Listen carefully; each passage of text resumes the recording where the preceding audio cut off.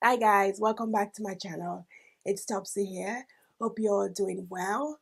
If this is your first time seeing this face, hello, my name is Topsy. Please hit that subscribe button before you leave and be part of the family. We would love to have you. And if you've been rolling with me, then welcome back. It's good to have you here. Let's get straight into this video. So as you can see from the title of this video, today I'm going to be reviewing the new Anastasia Beverly Hills Prism Palette for you guys.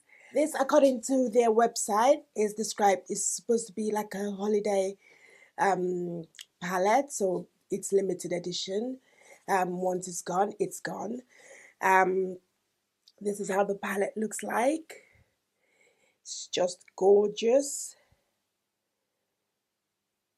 as you can see. This palette retails for $42 in the States, and on the website for the UK website it's retailing for £41. However, I did get this palette from the US website. The palette launched on the 2nd of October, which was Monday. For some reason it's not available on the UK website. It keeps saying coming soon, so I'm not quite sure why that is. Although when I did look on Instagram, it did say it should be available on the UK and the US website, but for some reason it's not yet available on the UK website. I did order mine from the US website and shipping took about 2 days, so it was pretty fast with regards to shipping. They used FedEx and it was here by Wednesday, 2 days after, so no complaints there. There are 14 colors in this palette, and 7 of these are ultra matte shades. 4 of them are duochrome, and 3 of them are metallic pigments. As you can see, they're just like different colors to choose from. I would insert a clip of me basically doing swatch. Forgive me guys, my swatch game is not quite strong, so bear with me. I'm trying, okay? I will get there, so yeah. So I did do a swatch of all the colors and also giving you like a description of the colors according to the ABH website. From the top row, starting from the left, we have Lucid, which is described as a duochrome white gold with pink reflect. Then we have Eden, which is an ultra matte coral pink. Unity is an ultra matte nude ochre. Sphinx is a metallic warm bronze. Osiris is a metallic midnight violet with red reflect. Sphere is an ultra matte electric green yellow. Obsidian is an ultra matte deep black. And then on the second row, from the left, we have Dimension. It's a duochrome silver gray with pink reflect.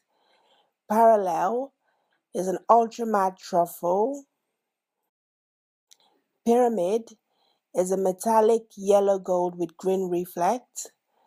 Throne is a metallic blackened blue green with multicolor reflect.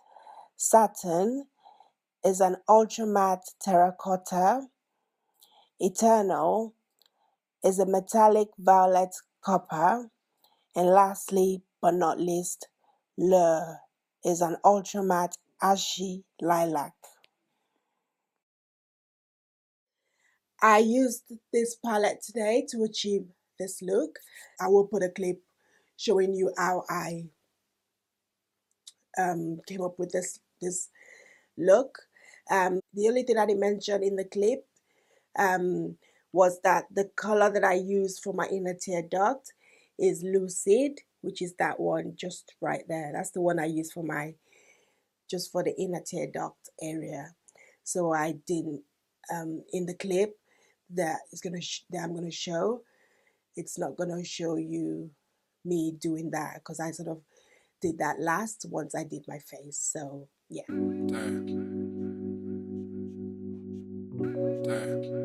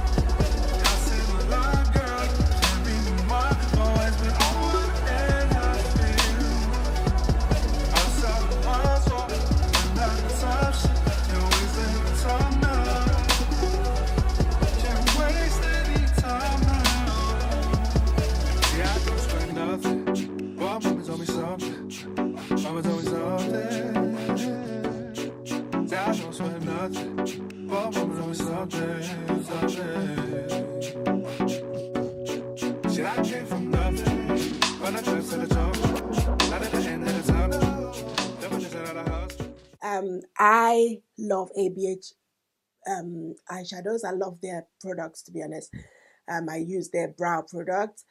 I like their products. I think that it's really good quality. My first ABH palette was the Amrizi palette, and then I do have the Modern Renaissance one as well as the Master palette, I believe it's called, by Mario.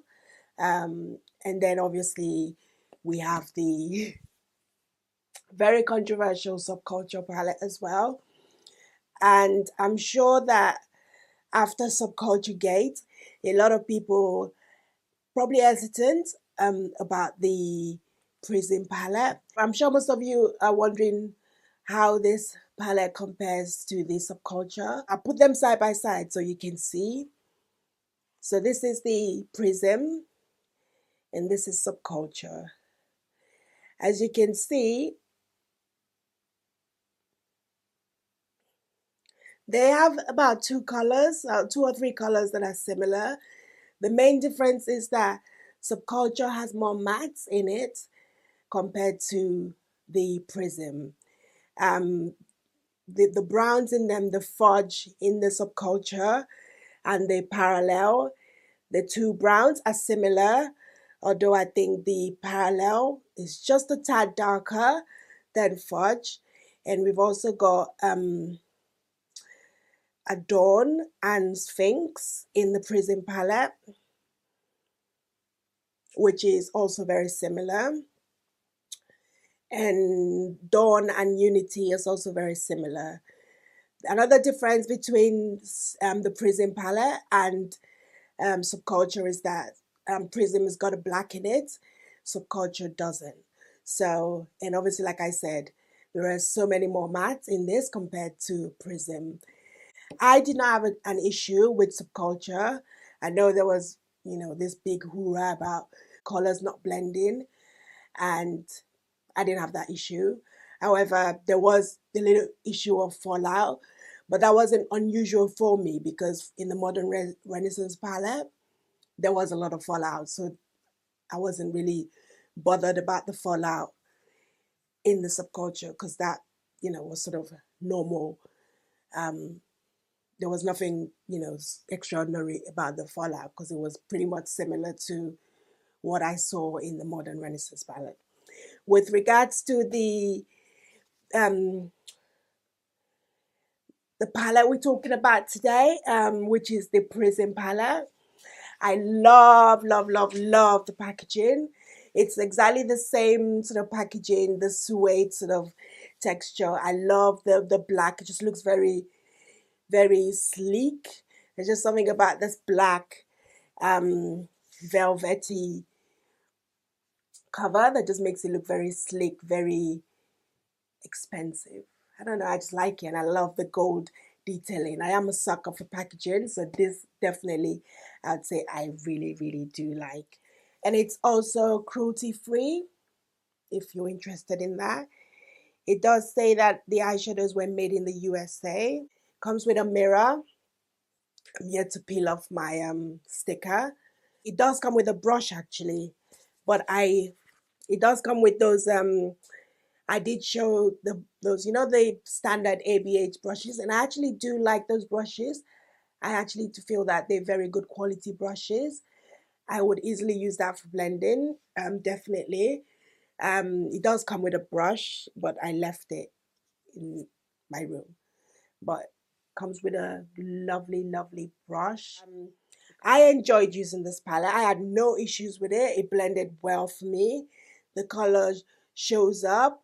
The pigmentation is great. For us women of color, it's always a bit, you know, trickier or a bit harder for us to get that color payoff we're looking for. So I'd say, you know, for the matte colors, if you want to put on like a white base before you put on the eyeshadow, you would have no issues with, you know, the colors not showing up. As I mentioned, I really do like this palette as well because it does have a black, there's a black eyeshadow in there in this palette, so that's a good thing. There are definitely some very unique colors in there, like the Dimension. I really do like that. That's a very pretty color.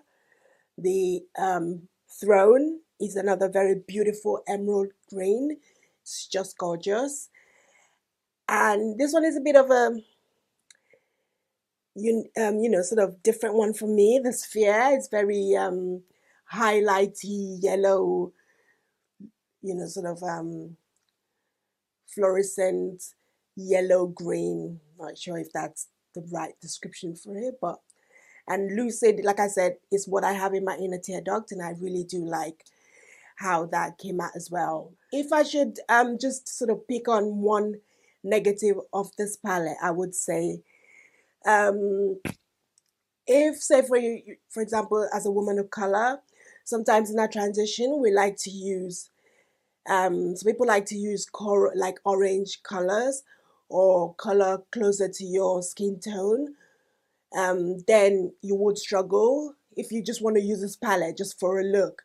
You will struggle to get a flesh toned transition color if you're like my skin color or if you're just a woman of color in general, because the only sort of transition color that I would say that would suit us is the satin, which is like this orangey color right there. If you're looking for something sort of more flesh toned, like say like a transition color, then you would have to dip into another palette for that, I'm afraid, because there isn't any of that type of color in this palette. So if there's one negative, that's the only one, and that would just really be nitpicking.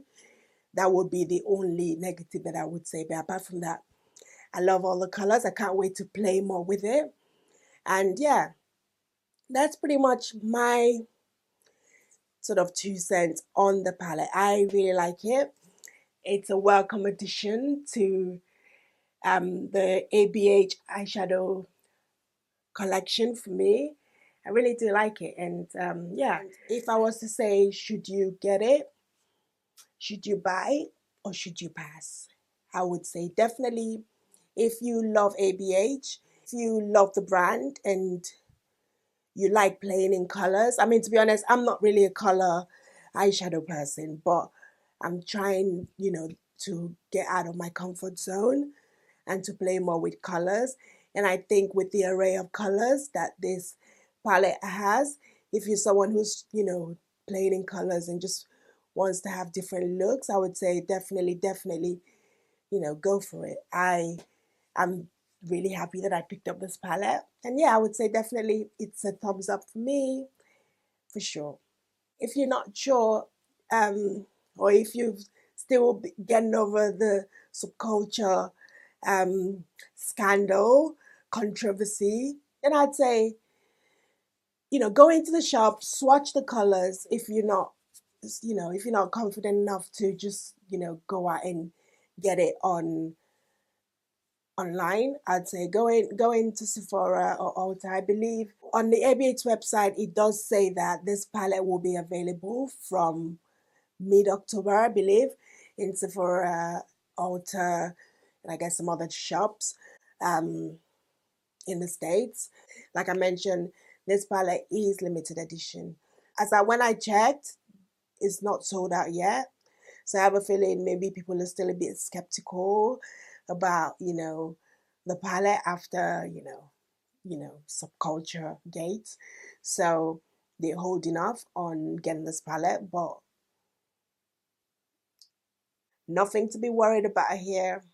I'm very, very happy with my purchase and I would recommend this palette 100%. Yeah, so that's my take on the Anastasia Prism Palette. If you haven't subscribed to this channel, please hit that subscribe button. I would really appreciate it. If you enjoyed this video, give it a huge, massive thumbs up. Share this video with your friends or someone who, is on the fence about picking up this palette. I will catch you guys in another video very soon. Take care, guys. Bye.